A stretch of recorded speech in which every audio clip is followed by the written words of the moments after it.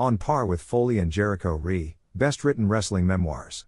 Admittedly, my favorite memory involving Kross as a wrestling fan, one I actually repeat occasionally, was actually something his opponent said to him a few years ago.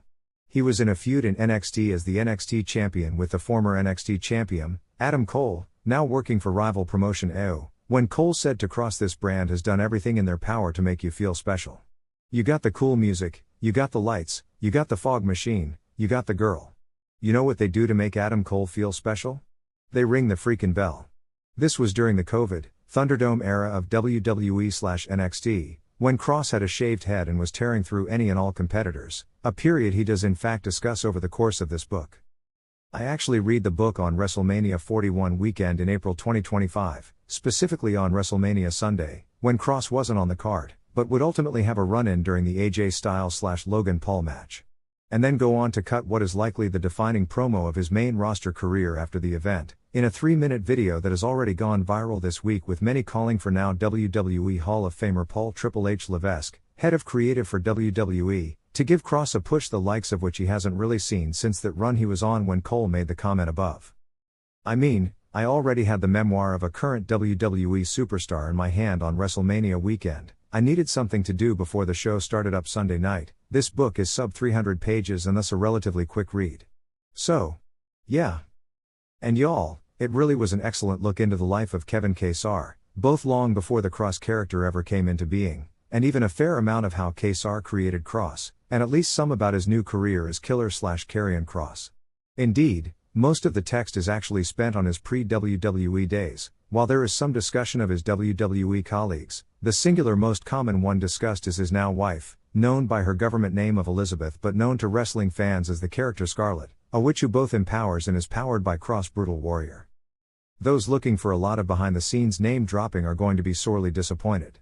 Kesar keeps the book focused on himself, even when discussing Elizabeth/Scarlett.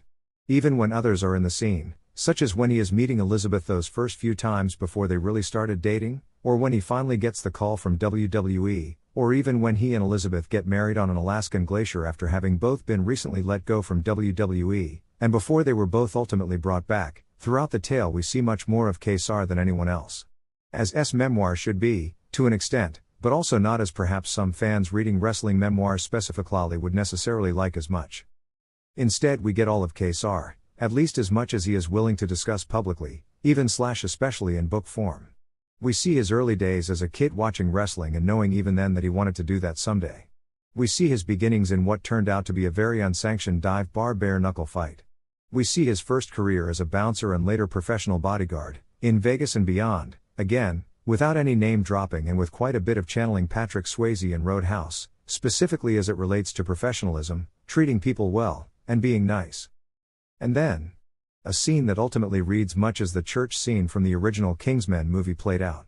I don't want to go into too many details and spoil the scene, but this scene will very likely be one of the most memorable scenes in the entire book for readers, perhaps even above and beyond even his wedding, which, as he mentioned in the text, he did put pictures of on Instagram, and they truly were absolutely stunning, or anything he has done to date, as of the writing of the book, in WWE. This scene is beyond bonkers, and it really shows Kesar and all of his abilities outside of WWE. Overall a very easily read and very approachable book about a guy that even guys that consider themselves dangerous likely would at minimum pay extra attention to if they saw him on the street, and yet the text shows that Kesar's mind is at least as skillful as anything he can make his large, muscular body do. A guy who is much more easily approached here, at the standoff distance of a book, than he ever is staring into a camera with that fire in his eyes. Kesar takes pains to make sure the reader understands that he knows 100% that Kross is a character, and that outside of WWE work, Kross prefers to be known as Kevin, even among friends he works with. Yet he also does a damn good job of showing that while Kross may be borderline, or even well beyond borderline, psychotic, Kevin is a very sane, yet also still quite dangerous, when he needs to be, man. One who is, despite his appearances, both intentional and not, at times, as much a philosopher as a fighter, and thus proves to be as adept at writing as he is at fighting. And breaking bats. Check his Instagram for that last, winking face emoji. Very much recommended.